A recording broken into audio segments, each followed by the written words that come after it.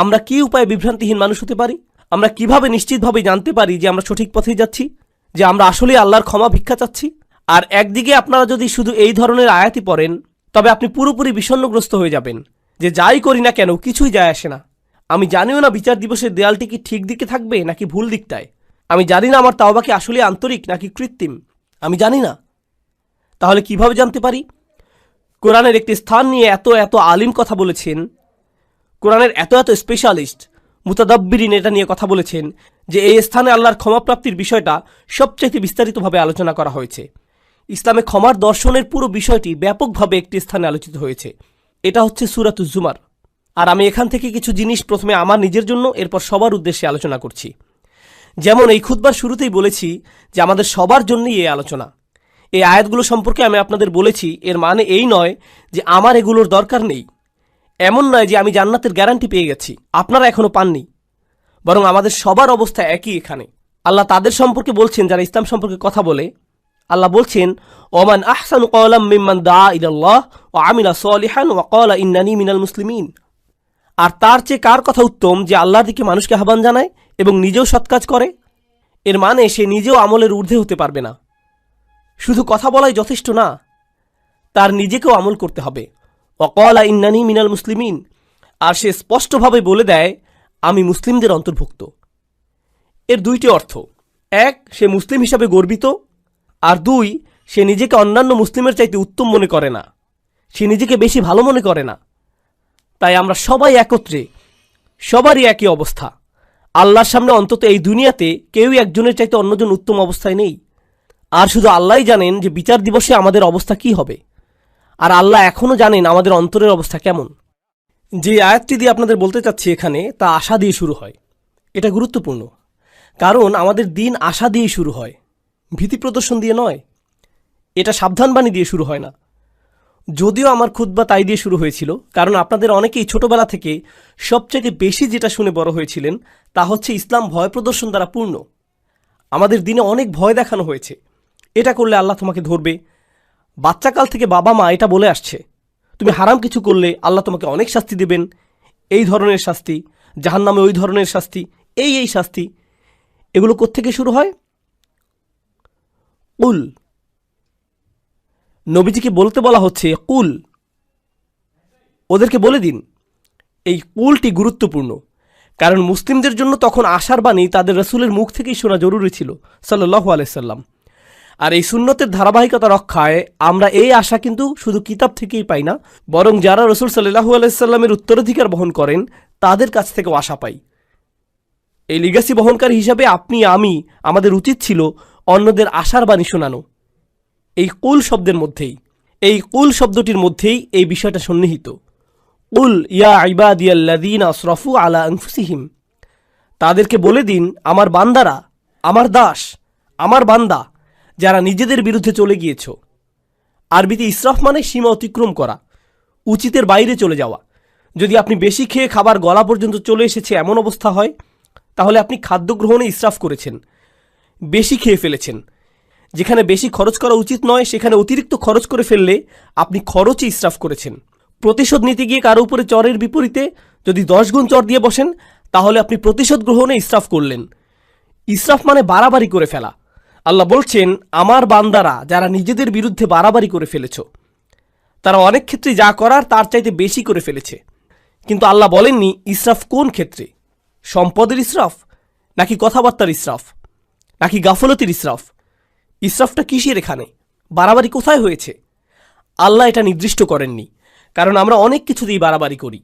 আপনি অতিরিক্ত অলস হতে পারেন, আপনি বাড়াবাড়িভাবে রাগী হতে পারেন, আপনি অতিরিক্ত লোভী হতে পারেন, আপনি অনেক কিছুতেই বাড়াবাড়ি করতে পারেন, অনেক কিছুতে অতিরিক্ত করতে পারেন। আর আল্লাহ বলছেন, তোমরা যেই বাড়াবাড়ি করে ফেলেছ নিজেদের বিরুদ্ধে, এটা আরেকটা জিনিস। আল্লাহ কিন্তু বলতে পারতেন, ইয়া ইবাদিয়াল্লাযীনা আযলামু, যারা পাপ করেছ, যারা ইরতাকাবু সাইয়্যাতু, পাপ কাজ সংগ্রহ করেছ। না, বরং বললেন আসরাফু আলা আনফুসিহিম। এটা কি ইঙ্গিত দিচ্ছে?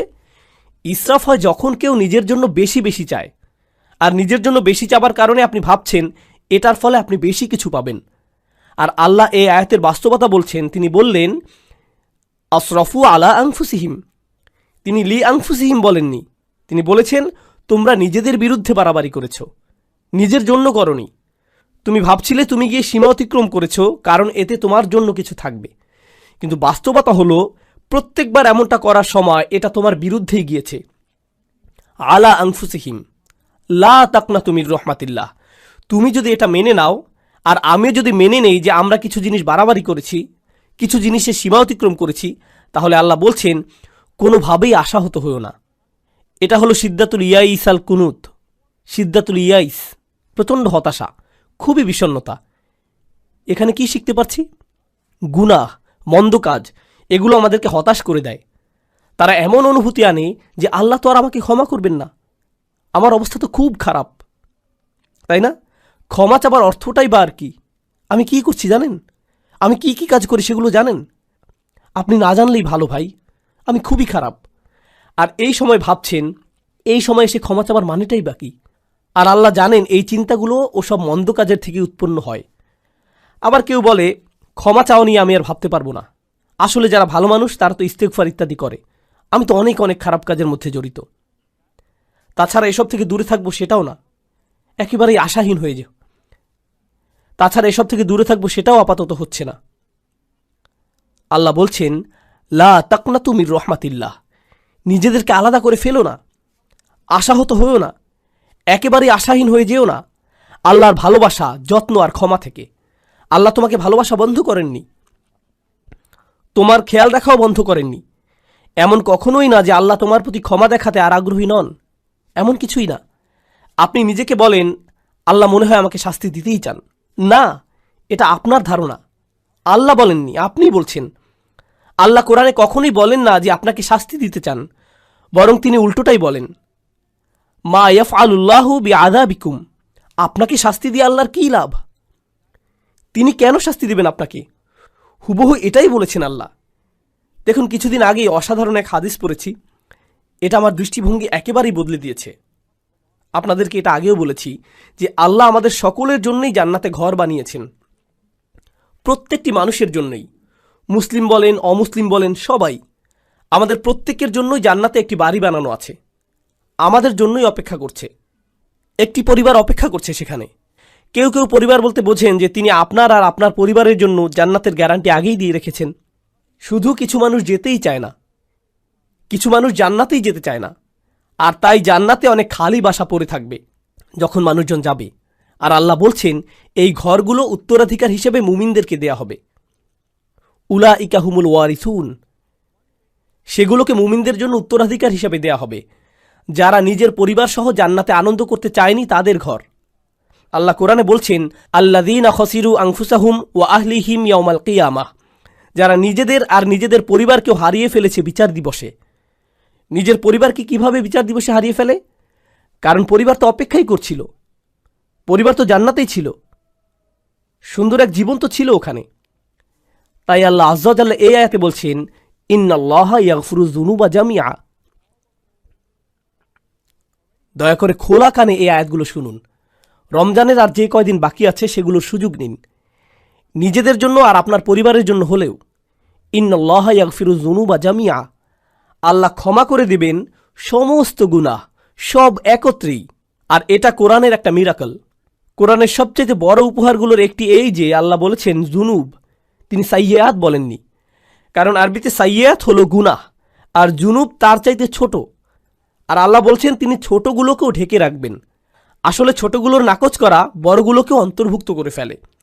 যেমন আল্লাহ যদি বলেন আমি তোমার বড় গুনাহগুলো মাফ করে দেব, এর মানে তিনি ছোট গুনাহগুলো হয়তো বাদ দেবেন। তিনি বলছেন আমি তোমার ক্ষুদ্রতম গুনাহটিকেও ক্ষমা করব, তোমার আমলনামা এতই পরিষ্কার করে দেব যে তাতে একটুও দাগ থাকবে না, সব কিছু চলে যাবে জামিআন, সব কিছু একত্রেই। ইন্নাহু হুয়াল গফুরুর রহিম। কোনো সন্দেহ নেই তিনিই একমাত্র যিনি প্রচণ্ডভাবে ক্ষমাশীল, প্রচণ্ড ক্ষমাশীল তিনি। আর তিনি সর্বক্ষণই প্রেমময়ী, সর্বক্ষণই করুণাময়, সর্বক্ষণই যত্নশীল। এটাই ক্ষমার ব্যাপারে প্রথম বার্তা দেবার কথা ছিল। আল্লাহ সব কিছু মাফ করে দিতে প্রস্তুত, আল্লাহ আপনার সব কিছু একেবারে নতুন করে শুরু করতে প্রস্তুত। তবে সেটাই কিন্তু একমাত্র নয়। কেউ এই আয়াত পড়ে ভাবল এটাই আয়াতটির বার্তা। না না না না, দেখুন, আমের বা নির্দেশ কিন্তু এখনো চলছে। তাই পরে আয়াতটি পড়ার পদ্ধতি হলো, উল ইয়া ইবাদিয়াল্লাযীনা আসরাফু আলা আনফুসিহিম আনিবু ইলা রাব্বিকুম। এটা ঠিক এমনই, এভাবেই বোঝানো হচ্ছে। এর মানে হলো, আমার বান্দারা, এখন যেহেতু জানো যে আমি সব কিছুই ক্ষমা করে দেব, আমার কাছে ফিরে আসো, নিজের মালিকের কাছে ফিরে আসো। এই বার্তার পরের অংশ এটাই। ক্ষমার আলোচনা ওখানেই শেষ হয়নি, তার কাছে ফিরে আসুন। তিনি বলছেন, আমি ক্ষমা করতে প্রস্তুত, কিন্তু আমার ক্ষমা বিনামূল্যে নয়। এটা অর্জন করতে তোমাকে কিছু একটা করতে হবে। আমার কাছে ফিরে আসো। আনিবু ইলা রব্বিকুম, নিজের অন্তর তোমার রবের দিকে ফিরিয়ে দাও। আমার কাছে ফিরে আসো। আনিবু ইলা রব্বিকুম, নিজের অন্তর তোমার রবের দিকে ফিরিয়ে দাও। দেখুন, আরবিতে তওবা আক্ষরিকভাবেও হতে পারে। আল্লাহর দিকে অন্তর ফিরে আসা তওবা হয়, আবার শারীরিকভাবে ফিরে আসাকেও তওবা বলা যেতে পারে। ইনাবা শুধু অন্তরের জন্য। আরবিতে ইনাবা ব্যবহৃত হয় যখন অন্তর আল্লাহর দিকে ফিরে আসে। তাই আল্লাহ বলছেন, তোমার অন্তর কোথায়? কি নিয়ে ব্যস্ত তুমি? কি নিয়ে বিভ্রান্ত তুমি? তোমার মালিকের কাছে ফিরে যাও, তিনি ক্ষমা করতে প্রস্তুত। ওয়াসলিমুলাহু, এরপর তিনি বলছেন, যেহেতু তোমার অন্তর আমাকে দিয়েছ, এখন তোমার সত্তাকেও আমার প্রতি সমর্পণ করো। ইসলামে থাকো, নিজেকে সমর্পণ করো, মান্য করতে প্রস্তুত হও। ওয়া আসলিমুলাহু মিন ক্বাবলু আন ইয়াতিয়াকুমুল আযাব সুম্মা লা তুনসারুন। শাস্তি আসার পূর্বেই এরপর আর সাহায্যপ্রাপ্ত হবে না। এখন আল্লাহ শাস্তির কথা বলেছেন। এমন না যে আয়াতে শাস্তির কথা নেই, আছে। কিন্তু শুরু হয়েছে কি দিয়ে? শুরু হয়েছে উৎসাহ দিয়ে, যে দেখো আমি সব ক্ষমা করতে প্রস্তুত, কোনো শাস্তিই তোমাকে দেয়া হবে না। তুমি যদি চাও তবে আমার কাছে ফিরে আসো, নিজেকে আমার কাছে সমর্পণ করে দেওয়া উচিত তোমার। আর তাড়াতাড়ি করো এটা। এমন ভেবো না যে অনেক সময় হাতে আছে। এমন লোকদের অন্তর্ভুক্ত হয়েও না বিচার দিবসে যাদেরকে বলা হবে তারা বাস্তুম, ভেবেছিলে তোমাদের হাতে অনেক সময় যে দেরি করলেও হবে, তাই না? এটা যেন ফি মানাতা আখারতুম, তুমি বিলম্ব করেছিলে, অনেক সময় আছে আরও, থাকুক, বাদ দাও। এই ধরনের কথাবার্তা, এমন ধরনের লোক হবে না। আল্লাহ বলছেন শুরু করে দাও মিন কবলি। এই মিনকে বলে মিনাত তাজিল, শাস্তি আসার ঠিক আগে আগে। আমি বলছি শাস্তি হতে কিন্তু দেরি নেই, কাছেই। বিচার দিবসের কথা বললে অনেকে মনে করেন বিচার দিবস অনেক দেরি, তাই না? ইন্নাহুম ইয়ারাউনাহুম বাঈদা, তারা মনে করে ওটা হতে অনেক দেরি। অনারাহু করিবা, আল্লাহ বলছেন আমরা দেখেছি যে এটা শীঘ্রই। কিন্তু আমাদের প্রত্যেকে আমরা কখন যাব? আমরা কি ঈদের দিন আদৌ দেখতে পাবো? কে জানে? কে জানে আমরা কবে যাব? কে জানে মৃত্যুর ফেরেশতার কাছে আল্লাহ কি লিখে দিয়েছেন? আমরা পার্কিং লট পর্যন্তও কি যেতে পারবো? কে জানে? আমরা কেউ জানি না।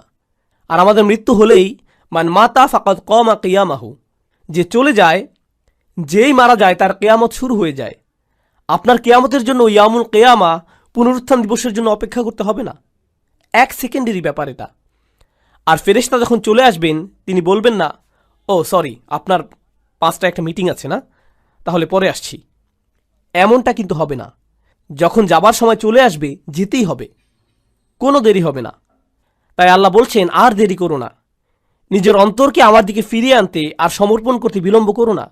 ওয়া আনিবু ইলা রাব্বিকুম ওয়া আসলিমু লাহু। তাছাড়া আমাদের দিনের সৌন্দর্যটা দেখুন। কেউ যদি খুতবাতে বসে বসে সিদ্ধান্ত নেয় যে সে আল্লাহর দিকে ফিরে আসবে, সে এখনও কিন্তু কিছুই করেনি। সে কিন্তু এখনও তার জীবনধারা সম্পর্কিত কিছুই বদলায়নি। সে এখনও তার আয়ের উৎস নিয়েও কিছু করেনি, কিংবা তার আচরণেও পরিবর্তন আসেনি। সে শুধু অন্তরে নিয়ত করেছে যে সে ভিন্ন মানুষ হয়ে যাবে। আর সে বের হয়ে যাবার সময়, কিংবা সে তার পরিবারের সাথে দেখা করার আগেই আল্লাহ হয়তো তার জীবন নেবার সিদ্ধান্ত নিলেন।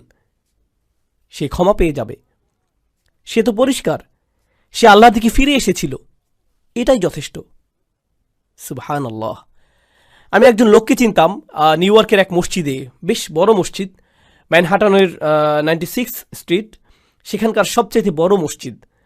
আর এটার সামনেই বিশাল বড় একটা অ্যাপার্টমেন্ট কমপ্লেক্স। সেখানে এক হিন্দু লোক বাস করত।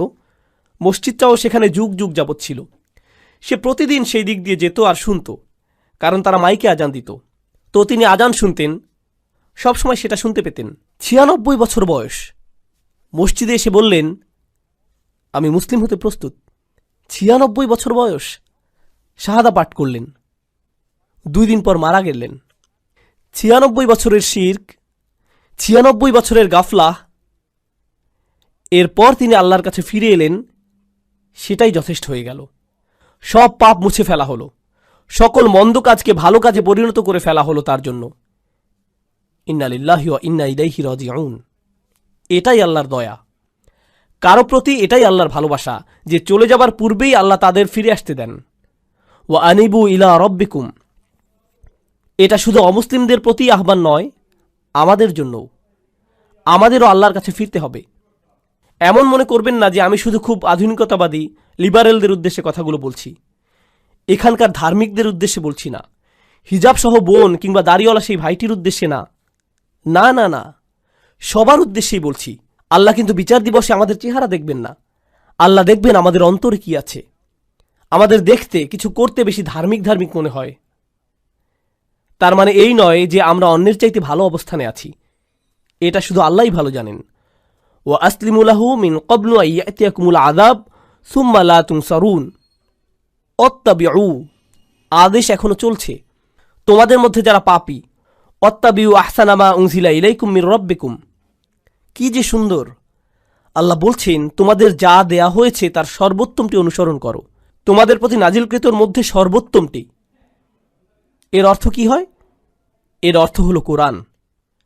এর আগেই ওহী নাজিল হয়েছিল, কিন্তু মানুষের প্রতি নাজিলকৃত সর্বোত্তমটি হলো আল্লাহর এই কিতাব।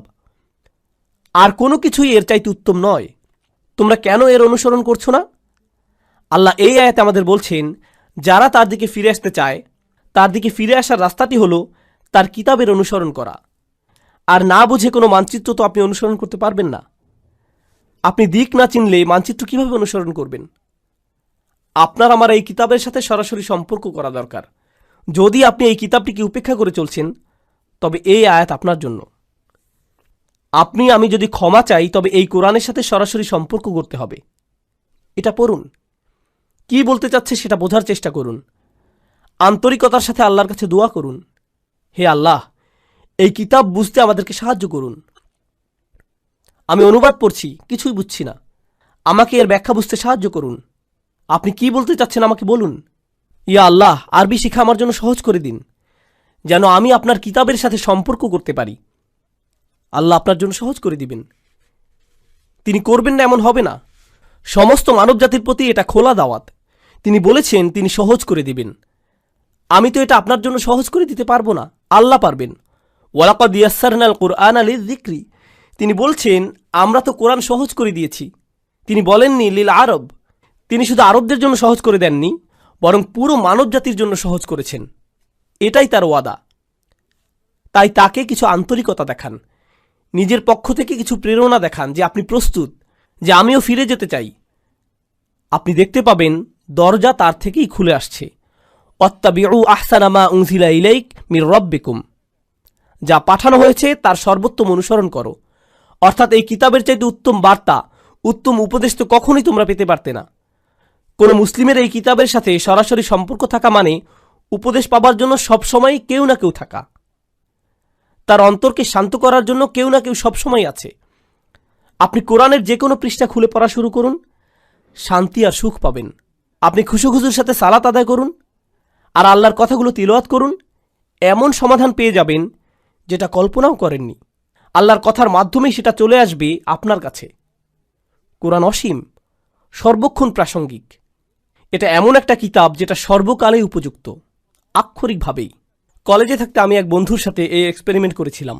তাকে বললাম, বন্ধু, সবাই তো বলে কোরআন হেদায়েত, চলো একটা এক্সপেরিমেন্ট করি। প্রত্যেকবার আমাদের কোনো সমস্যা হলেই চলো কোরআনের কোনো একটা পৃষ্ঠা খুলে পড়া শুরু করি, দেখি কোনো সমাধান পাই কিনা। আমরা এমন 2-3 মাস যাবৎ করলাম, আর সুবহানাল্লাহ, আমরা প্রতিদিন মেলাতাম। আমি এটা পেয়েছি, এই সমস্যা হয়েছিল, আর এই আয়াত পেয়েছি, আর আমি এটা খুঁজছিলামও না, শুধু কোরআন পড়ছিলাম আর সেটা চলে এলো। এটাই আমার জন্য আল্লাহর সমাধান। দেখলেন, আমার জন্য আল্লাহর উপদেশ এটা। সুবহানাল্লাহ, কি অসাধারণ ব্যাপার! এমনই তো হবার কথা ছিল। আমাদেরকে দেয়ার এর চাইতে উত্তম আর সুন্দর জিনিস আর কি হতে পারে, তাই না? এরপর আল্লাহ বলছেন, অত্তাবিউ আহসানা মা উনজিলা ইলাইক মির রাব্বিকুম মিন ক্বাবলি আন ইয়াতিয়াকুমুল আযাবু বাগতাতান ওয়া আনতুম লা তাশউরুন। শাস্তি তোমার উপর আসার আগেই, হঠাৎ করে, তুমি কিছু বোঝার আগেই। অন্য কথায়, যারা আল্লাহর কথাগুলো জানে এরপরেও আল্লাহর দিকে ফিরে আসার চিন্তা করে না, তাদের শাস্তি তো আসবেই। কারণ আল্লাহ তো তাদের রাস্তা দেখিয়েছেন, দেখো আমি তোমাদেরকে ক্ষমা করতে চাই, এই যে নাও কিতাব, নাও এটা। আপনি যদি না নেন তবে আল্লাহকে এরপর দোষ দিতে পারবেন না। তাই পরের আয়াতগুলো হলো যাদের ক্ষমা নিয়ে ভুল ধারণা আছে তাদের সম্পর্কে। এটাই হলো ক্ষমার আসল বুঝ। এই রাস্তাতেই আপনার যাবার কথা। আল্লাহ ক্ষমা করতে প্রস্তুত আছেন যদি আপনি পিছনে ফিরে আপনার বাড়াবাড়ির জীবন, গুনাহের জীবন ছেড়ে চলে আসতে চান তার কাছে। আর যদি ওহির মধ্যে সর্বোত্তম ওহির অনুসরণ করতে চান, যদি তা করতে চান, তাহলে ক্ষমার দরজা খোলা আছে। তবে আপনি আশায় পরিপূর্ণ থাকবার কথা। আল্লাহ আমাদের সবাইকে ক্ষমার যোগ্য বানিয়ে দিন। এরপর অন্যদিকে যখন হঠাৎ করে শাস্তি চলে আসে, আচ্ছা দেখুন, এগুলো সব কিছুই কিন্তু বহু বচনে ছিল, আয়াতটি ছিল বহু বচনে। এর মানে কি জানেন? যে পুরো সমাজকে বলা হচ্ছে যেন ঠিক হয়ে যায়, যে আমাদের একে অন্যকে আল্লাহর নিকটবর্তী হবার ব্যাপারে উৎসাহ দেবার কথা, আমাদের একে অপরকে পেছনে ফেলে আসার কথা না। কিন্তু একটি দিন আসছে, যখন সেই দিন আসবে কোনো সমাজ তখন থাকবে না। আমরা সবাই সেদিন একা হব, সবাই বলবো নাফসি নাফসি, আমি নিজে আমি নিজে। সেদিন কোনো একত্রিত পরিবার থাকবে না। দেখুন, আমরা পরিবার সহ বেড়াতে যাই, সবাই মিলে একত্রে গাড়িতে উঠি, সবাই একসাথে যাই, কিন্তু সেই সফরে সবাই একাই ভ্রমণ করবে। আপনি আপনার পরিবারের সাথে থাকবেন না, এমনটা আর হবে না। আর সেই দিনে এখন আয়াতগুলো সব এক বচনে। তাই সে বলছে, আন তাকুলা নাফসুন ইয়া হাসরাতা আলা মা ফাররাততা ফি জামবিল্লাহ ওয়া ইন কুনতু লামিনাস সাখিরিন। এই আয়াতগুলো এতটাই প্রাসঙ্গিক, আল্লাহে আমি অনেক ইমেইল পাই যাদের এমন কোনো সমস্যা, আমি তো অবাক। ১,৫০০ বছর পরেও সমস্যাগুলো বদলে যায়নি। সেদিন এমন লোকও থাকবে যারা বলবে, হে আল্লাহ, ইয়া হাসরাতা শেষের আটি ইয়াতেও রূপান্তরিত হতে পারল না, কারণ ইয়া মুচকি হাসির কাছাকাছি। লোকটি তার কারাহা, তার হুজুনের জন্য ইয়া উচ্চারণ করতে পারছে না। হায় হায়, কি অনুশোচনা আমার, এ কি করে ফেললাম আমি। এমনটাই সে বলছে, ইয়া হাসরাতা আলা মা ফাররাততু ফি জামবিল্লাহ, যে আমার থেকে যা আশা করা হয়েছিল তার চাইতে অনেক কম করে ফেলেছি। আল্লাহর উপস্থিতিতেই, আল্লাহর সান্নিধ্যেই। আপনাদেরকে বুঝিয়ে বলার চেষ্টা করছি এখানে কি বলছে। আল্লাহ শুরুতে বলেছিলেন, তোমরা শুধু বাড়াবাড়ি করো, তোমরা সীমা অতিক্রম করো শুধু, আর শুধুমাত্র সেসব জিনিসই তোমরা ছাড়াছাড়ি করো যেগুলো আল্লাহ চান যে তোমরা করো। এটাকে বলে তাফরিদ, প্রত্যাশা থেকে কম করা। আর ওই লোকটি, আয় হায়, আমি প্রত্যাশা থেকে কম করে ফেলেছি, ঠিক আল্লাহর সংস্রবে থেকেই। আর আল্লাহর সংস্রব মানে কি? ফি জামবিল্লাহ। কুরআন বলছে ওয়াসাহিবিহি বিল জাম্ব, যে আপনার পাশেই বসে আছে। জাম্ব মানে আল্লাহর ঠিক সাথেই। আপনি মসজিদের কাছেই থাকতেন, আপনি মুসলিমদের পাশেই বসে আল্লাহর কিতাব থেকে উপদেশ শুনতেন, আপনি কোরআনের তেলাওয়াতও শুনতে পেতেন, আপনার পরিবারের লোকেরা আপনাকে নসিহত দেওয়ার চেষ্টা করত, আর সবাই আপনাকে এভাবে আল্লাহর সংস্রব দিত। আল্লাহর সংস্রব মানে প্রথমত আল্লাহ নিজেই নিকটবর্তী, ফাইন্নী করিব। দ্বিতীয়ত যারা আপনাকে আল্লাহ স্মরণ করিয়ে দিত তাদেরকে দূরে ঠেলে দিতেন। আরে যা করছি যাও তো, আরে যা করছি করতে দাও তো, আমি কি করব তোমাকে বলতে হবে না, উপদেশ দেওয়া বন্ধ করো, আমার দরকার নেই উপদেশের, আমি ঠিক আছি, ভালোই আছি, আমার বাণী শোনার দরকার নেই এখন। লোকটি বলছে, হায় হায়, কি করলাম আমি কিভাবে শৈথল্য করলাম, আমি সহজেই উতরে যেতে পারতাম। এরপর সে কারণ দর্শাচ্ছে। তরুণ ভাইয়েরা, দয়া করে শুনুন, সে কারণ দিচ্ছে কেন সে শৈথিল্যতা করেছিল। সে বলছে, ওয়া ইন কুনতা লামিনাস সাখিরিন, আমি ঠাট্টা বিদ্রুপকারীদের মধ্যে অন্তর্ভুক্ত ছিলাম। আমি এই সব কিছুকে কৌতুক মনে করেছিলাম, আমি এই সব কিছুকে হাওয়ায় উড়িয়ে দিতাম। ধুর, নসিহতের প্রতি এমনই আচরণ করতাম, আক্ষরিকভাবেই। সাখির, আমি পাত্তাই দিতাম না। অনেক মানুষ আছে না আল্লাহর ক্ষমার উপর ভরসা হারিয়ে ফেলে। এই আয়াত তার পরের ধাপ বলছে, এটা যারা ক্ষমাকে পাত্তাই দেয় না তাদের কথা বলছে। তারা মনে করে এইসব মজা। কিসের জন্য ক্ষমা? ও, বিচার দিবস, আচ্ছা, এটাকে তারা গুরুত্বই দিত না। এখন এই লোক বিচার দিবসে দাঁড়িয়ে চিৎকার করছে, হে আল্লাহ, কিভাবে আমি এটাকে পাত্তা না দিয়ে থাকলাম, এটাকে কেন কৌতুক মনে করলাম। এরপর দ্বিতীয় ধরনের লোক, আও তাকুলা লাউ আন্নাল্লাহ হাদানি, দ্বিতীয় ধরনের লোক বলছে, ইস, যদি আল্লাহ আমাকে হেদায়েত দিতেন, এটা আল্লাহর দোষ, তিনি যদি আমাকে হেদায়েত দিতেন তাহলে লাকুনতা মিনাল মুত্তাকিন, তাহলে আমি মুত্তাকিদের অন্তর্ভুক্ত হতাম। আল্লাহ সিদ্ধান্ত নিয়েছিলেন যে আমি বিদ্রুপকারী হব, আল্লাহরই সিদ্ধান্ত যে আমি নামাজ পড়িনি, আল্লাহ ঠিক করেছিলেন যে আমি অলস থাকব, তিনি ঠিক করেছিলেন আমি বদরাগী হব। এটা তো আমার দোষ না, এটা আল্লাহর দোষ। এটাও সে বিচার দিবসে বলছে। সে এই দুনিয়াতে মিথ্যুক ছিল, আখিরাতেও মিথ্যুক। তুমি আল্লাহর উপরে চাপিয়ে দিচ্ছ। হ্যাঁ, যেন সব দোষ তারই, যেন তারই সব দোষ, যেন তোমার কোনোই দোষ নেই। সুবহানাল্লাহ, এটা তো অন্য কারোর জন্য করো না। কেউ রাস্তায় তোমাকে আটকে দিল, আল্লাহর দোষ। এই লোক, সে তো গাড়ি চালাতেই জানে না, দেখে চালাতে পারে না, তাকে ফাইন করা উচিত। তাকে কেন দোষ দিচ্ছ? নিজেকে তো দোষ দাও না, তাই না? আপনি কোনো গ্রোসারি দোকানে গেলেন, ক্যাশ রেজিস্টারে গিয়ে টাকা পরিশোধ করছেন। এখন সেই লোক টাকা ফেরত দিল না, 10 টাকা ফেরত পাবেন আপনি, সেটা সে দিল না। এই যে আমার 10 টাকা কই? সে বলল এটা তো আল্লাহর দোষ, আল্লাহ ঠিক করেছেন আপনি টাকাটা পাবেন না। কি বলছেন আপনি? আমার 10 টাকা ফেরত দিন। অন্য মানুষদের কাজে তাদেরকে দোষ দিতে আপনি ঠিকই জানেন, কিন্তু যখন নিজের বিষয় আসে তখন বলেন না না না, আল্লাহ সিদ্ধান্ত করেছেন যে আমি মন্দ কাজ করব। আসলেই মুনাফিক। এভাবেই চলবেন আপনি? এই অজুহাতের পেছনেই লুকাবেন আপনি? এই কথা বিচার দিবসেও বলছেন? আমি তো মুত্তাকিই হতাম যদি আল্লাহ হেদায়েত দিতেন। তিনি আমার গোমরাহির সিদ্ধান্ত নিয়েছেন, পুরোটাই আমার তাকদীর। আও তাকুল আহিনা তারাল আযাব লাউ আন্না লি কাররাতান। এরপর যখন সে শাস্তি দেখতে পেল, বলল আচ্ছা আচ্ছা আচ্ছা ঠিক আছে, আসলে আমারই দোষ, আমি মানছি। যখন সে শাস্তি দেখতে পেল, আমাকে আরেকটি সুযোগ দিন। লাউ আন্না লি কাররাতান, যদি আমি আরেকটি সুযোগ পাই, ফা আকুনা মিনাল মুহসিনিন, আমি তবে শুধু মুসলিম না, শুধু মুমিন না, আমি মুহসিনিনদের অন্তর্ভুক্ত হয়ে যাব। মুহসিনের সংজ্ঞা কি? আল্লাহর ইবাদত করা যেন তাকে দেখতে পাচ্ছেন। এখন আল্লাহ শাস্তি দেখার পর সে বলছে আমি আল্লাহর ইবাদত করব যেন শাস্তি দেখতে পাচ্ছি, আমার ইহসান থাকবে, আমি প্রস্তুত। ইয়া আল্লাহ, আমাকে একবার ফেরত পাঠান, আমি খুব ভালো হয়ে যাব, আমি বদলাতে একদম রাজি আছি, শুধু একটা সুযোগ দিন, আপনি তো আর রহমান, আমাকে তো সুযোগ দিবেন। এই ধরনের কথাগুলো মানুষেরা বলবে, এসব অজুহাত তারা দেবে, কারণ ক্ষমা পাওয়ার মানে কি তারা বুঝতেই পারেনি। আর আল্লাহ তাদের কি উত্তর দেবেন? খুতবা শেষ করতে করতে বলছি, বালা, না না না, বরং উল্টো। প্রথম যেই লোকটি বলেছিল ইয়া আল্লাহ আমার শৈথল্য হয়ে গিয়েছে, আমি দুঃখিত, না, আপনার দুঃখিত হওয়াতে কিছু যায় আসে না। দ্বিতীয় লোকটি যে বলল যদি আল্লাহ আমাকে হিদায়াত দিতেন তবে আমি ঠিক থাকতাম, আল্লাহ বলছেন এই যুক্তি এখানে চলবে না। বালা, ইয়া আল্লাহ আমাকে আরেকটি সুযোগ দিন, এবার ঠিকই ভালো হয়ে যাব, সত্যি বলছি, এবার সব কিছু ঠিকঠাক মতো করব, খুবই গুরুত্ব সহকারে করব, আর ঠাট্টার পাত্র বানাবো না এবার। আল্লাহ বলছেন না, সেই সময় শেষ। আমি তোমাকে বার্তা পাঠিয়েছিলাম যে আমি সব মাফ করে দিব, কিন্তু তুমি পাত্তা দাওনি, তুমি ছুঁড়ে ফেলেছিলে, সেই আমন্ত্রণে থুতু দিয়েছিলে, তুমি এটাকে কৌতুক ভেবেছিলে, সেটা তোমার দোষ, সব তোমার দোষ।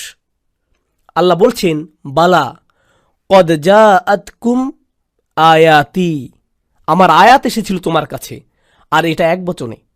এর মানে কি জানেন? ওহী রাসূলুল্লাহ সাল্লাল্লাহু আলাইহি সাল্লামের কাছে এসেছিল, কোরআন তার কাছে এসেছিল, আর তার মাধ্যমে আপনাদের সবার কাছে আলাদা আলাদা করে। আল্লাহ বলছেন যা আতকা আয়াতি, যা আতকা আয়াতি, আমার আয়াত তোমার কাছে এসেছিল, আর তোমার কাছে, আর তোমার কাছে। আর এটা আতাতকা আয়াতিও নয়, বলছে যা আতকা আয়াতি, যা মানে অনেক দূর থেকে আসা। আমি সপ্ত আসমান থেকে কোরআন পাঠিয়েছিলাম, অগণিত ফেরেশতা সহ পাঠিয়েছিলাম আল্লাহর শেষ রসুল সাল্লাল্লাহু আলাইহি সাল্লামের কাছে।